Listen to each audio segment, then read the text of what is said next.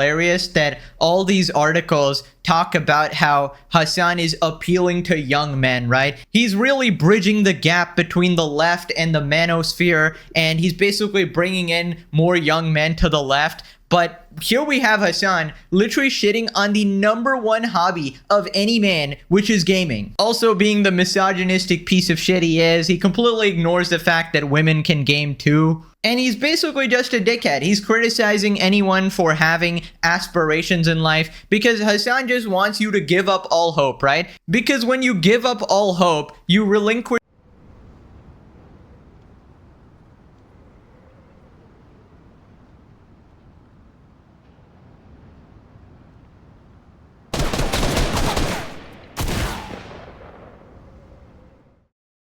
control to the government. You don't try to have a better life for yourself by improving yourself or aspiring in life. You just wait for Hasan to usher in the new era of communism. And that's basically his whole thing. He wants you to have no agency in life so that way he can step in as the Messiah and be like, only I can save you. That's the way his cult works. So then Shoonhead points out the hypocrisy and the fact that Hasan literally paid for sex like an omega loser, yet is somehow trying to shame incels.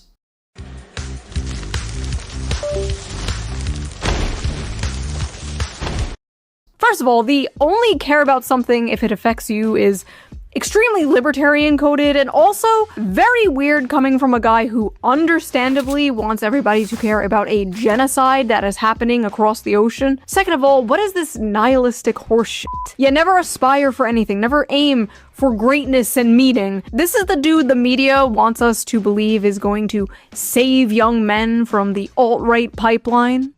Yeah, okay. And I love how he's like, unfuckable losers. Like, okay, congrats on the sex, bro. Check out this sex haver over here. I'm sure all those unfuckable losers could easily go to foreign brothels and pay for sex like you, Hasan. I got him. Bro, the fact that Hasan is so open about it has gotta be the most embarrassing thing, because wouldn't you want to hide that fact that you paid for sex? Like, you were literally the loser that you were talking about. And this is basically what I've been saying all along. Hasan is the master of projection. I mean, nobody is shocked here except Kaya, because this is the guy who openly brags about getting cucked by other men, sleeping with his girlfriend. I don't know why nobody else brings this up. I'm the only one who brings this up, right? And eventually it'll get mainstream, obviously, because that's how the legendary series works, but you really can't expect much from this guy. And I just can't get over it. Even recently, he retold the story because he thinks it makes him look like a Chad. Oh yeah, my prawn star girlfriend slept with other men. That's not a flex, bro. You're a cuck. You're a literally admitted cuck. When I was with my partner,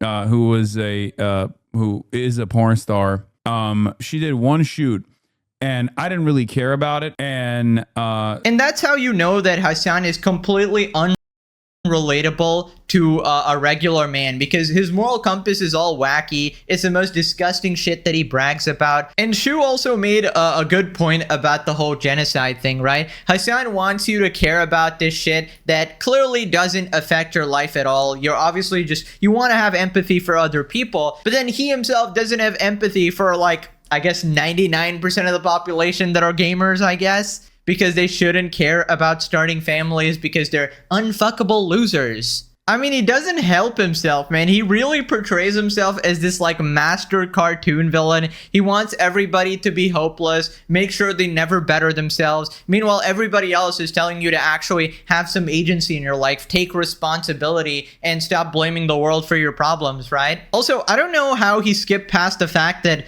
literally the most famous gamer on the planet, PewDiePie, actually has a very happy family and a very fulfilling life, right? And surprisingly, he's actually a very similar age to Hassan Piker here, who is miserable, crashing out, and does not have a family. So interesting. I don't know, man. Maybe you should start gaming. I heard it helps you start a family. So then she trolls Hassan doing the clock meme. 35? No kids? Like, I'm sorry, that just pisses me off. Like, sitting in his ugly ass $600 Gucci sweater. I swear I've never seen this guy in a fucking normal ass t-shirt. Sitting on his high horse, looking down at people for wanting something more out of life. I don't understand how someone could be so mentally mind raped that this is their reaction to such, like, a simple, wholesome concept. Like, literally, no joke, the entire meaning of life is somehow confusing to Hassan Piker. Yeah, so I kind of realized this a while back, but you guys know how the clock meme, you know, when you post it on Twitter, like, a bunch of people get really insecure, which is, you know, understandable because, you know, time is running out. That is pretty anxiety inducing for basically everybody, but it's a troll, right? It's meant to troll, it's meant to make you feel bad or whatever, but it doesn't really work on Hassan, because the fact of the matter is, he doesn't find value in starting a family or anything like that because he's not a normal person. He doesn't have traditional values. He's a complete anomaly.